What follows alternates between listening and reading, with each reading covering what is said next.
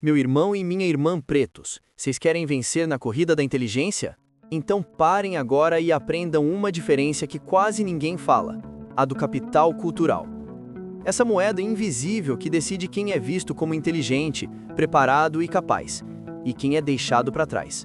Não é só sobre dinheiro, é sobre acesso a conhecimento, experiências e oportunidades que moldam a mente.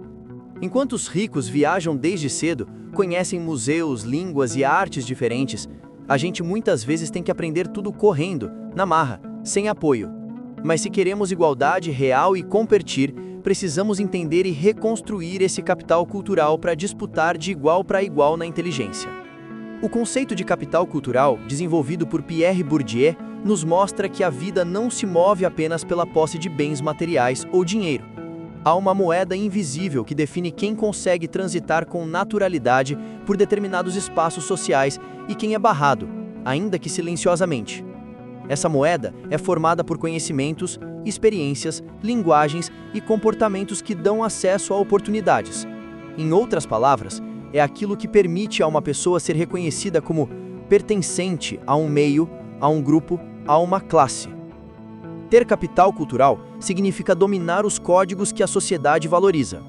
É saber como se portar em uma entrevista de emprego, é ter familiaridade com obras de arte, é compreender referências históricas, é falar a língua estrangeira exigida em determinado espaço, é possuir a confiança de quem foi educado desde cedo a ocupar ambientes de poder. Mas se para uns esse capital é herdado quase como uma herança natural, para outros, ele precisa ser construído a duras penas. O homem negro, especialmente no Brasil, carrega o peso de uma exclusão histórica que não apenas o privou de terras e riquezas, mas também de acesso a esse capital simbólico que abre portas. Ao longo de séculos, seus saberes foram desvalorizados, sua cultura marginalizada e suas oportunidades de construção intelectual limitadas. Compreender essa lacuna é essencial para refletirmos sobre a desigualdade racial e sobre por que a busca pela reconstrução do capital cultural negro é uma tarefa imediata e inadiável.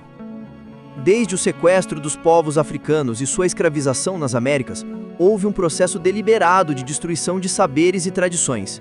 Línguas foram proibidas, religiões demonizadas, práticas artísticas ridicularizadas. O objetivo não era apenas explorar a força de trabalho, mas impedir que esses povos preservassem seus referenciais culturais. Infelizmente, meu irmão e minha irmã pretos, vocês querem vencer na corrida da inteligência? Então parem agora e aprendam uma diferença que quase ninguém fala: a do capital cultural. Essa moeda invisível que decide quem é visto como inteligente, preparado e capaz, e quem é deixado para trás. Não é só sobre dinheiro, é sobre acesso a conhecimento, experiências e oportunidades que moldam a mente.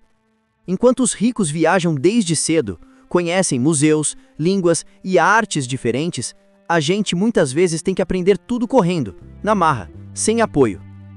Mas se queremos igualdade real e competir, precisamos entender e reconstruir esse capital cultural para disputar de igual para igual na inteligência. Quando Bourdieu fala de capital cultural em 3 estados, o encorporizado, conhecimento e habilidades pessoais, o objetificado, bens materiais que carregam valor simbólico, e o institucionalizado, reconhecimento formal como diplomas e títulos, nós percebemos como o homem negro foi privado de todos eles. O estado incorporizado foi minado quando línguas africanas foram silenciadas e saberes indígenas e negros foram colocados à margem. O estado objetificado foi negado pela impossibilidade de acumular bens que simbolizassem status cultural, como bibliotecas, obras de arte ou até mesmo acesso a roupas e símbolos valorizados. O estado institucionalizado foi bloqueado pela exclusão do sistema escolar e universitário, por séculos, reservado às elites brancas. Esse apagamento não foi natural, foi uma política estrutural de embranquecimento. Enquanto a elite valorizava a herança europeia e transmitia aos seus filhos códigos culturais legitimados, a população negra era obrigada a lutar pela sobrevivência. Um exemplo concreto ajuda a visualizar essa desigualdade. Basta observar a infância das elites econômicas e compará-la com a da maioria da população negra. Crianças ricas crescem viajando para diferentes países, frequentando museus, aprendendo línguas estrangeiras desde cedo, participando de intercâmbios culturais, tendo contato direto com música clássica, teatro, cinema de arte, literatura internacional. Esse repertório não é apenas entretenimento, é capital cultural em formação. Essas vivências ampliam a visão do mundo, facilitam a inserção em conversas acadêmicas, permitem identificar-se com referências globais, além de moldarem a autoconfiança necessária para ocupar espaços de destaque. Enquanto isso, crianças negras de periferia muitas vezes crescem limitadas ao espaço do bairro, com escolas precarizadas, sem acesso a viagens, bibliotecas, teatros ou línguas estrangeiras. Muitas só conhecem um museu quando já adultas, em visitas raras e pontuais. Outras nunca terão a chance de viajar para fora do país, o que significa também nunca vivenciar diretamente culturas diferentes, modos de vida e artes que formam um repertório valorizado socialmente. Essa diferença se acumula como uma bola de neve. A criança rica chega na universidade já habituada ao vocabulário acadêmico, às referências internacionais, às formas de argumentar. A criança negra, quando consegue furar o bloqueio e entrar na universidade, muitas vezes é vista como fora de lugar, porque não domina os mesmos códigos simbólicos. O problema não está na sua inteligência, mas na falta de oportunidades anteriores para formar esse capital cultural. Esse exemplo mostra que a desigualdade não se resume à renda, ela está profundamente enraizada no campo simbólico. A ausência de capital cultural afeta diretamente a trajetória social do homem negro. Alguns efeitos mais visíveis são: no mercado de trabalho, candidatos negros muitas vezes são descartados não pela falta de competência técnica, mas pela falta de familiaridade com os códigos simbólicos valorizados, a forma de falar, o vocabulário, a postura, o repertório cultural.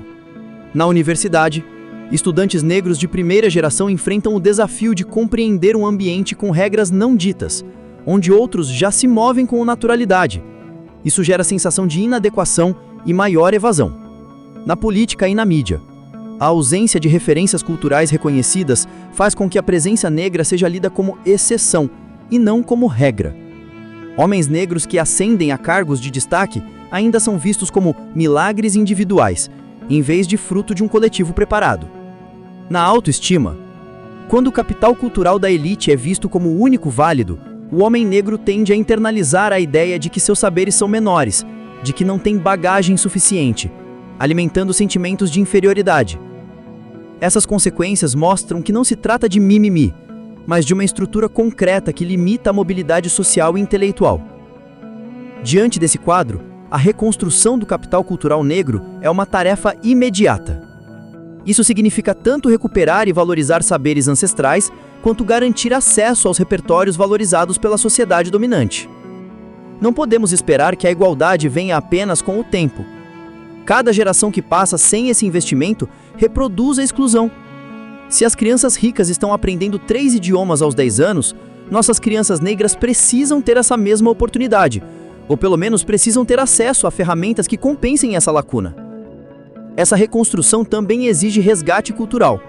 Não se trata apenas de adaptar-se ao modelo branco e elitista, mas de afirmar o valor do que já existe na cultura negra. A oralidade, a música, a religiosidade, a culinária, os modos de organização comunitária. O capital cultural negro é vasto e precisa ser reconhecido como legítimo, não apenas tolerado. Se você, meu irmão negro, quer vencer hoje, precisa entender que o jogo já começou faz tempo, e não foi a nosso favor. Enquanto outros tiveram acesso desde cedo ao capital cultural, às viagens, às artes e ao conhecimento valorizado pelo sistema, nós fomos empurrados para a margem. Por isso não basta apenas caminhar, é preciso correr atrás do tempo perdido, conquistar com urgência as ferramentas que nos foram negadas. E nesse caminho temos uma vantagem: a tecnologia está nas nossas mãos.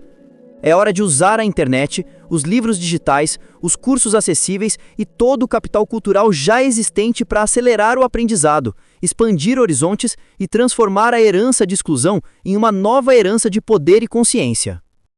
E se essa mensagem fez sentido para você, não guarde só para si. Compartilhe com alguém que precisa desse poder. Às vezes, uma palavra pode mudar tudo. Seguimos.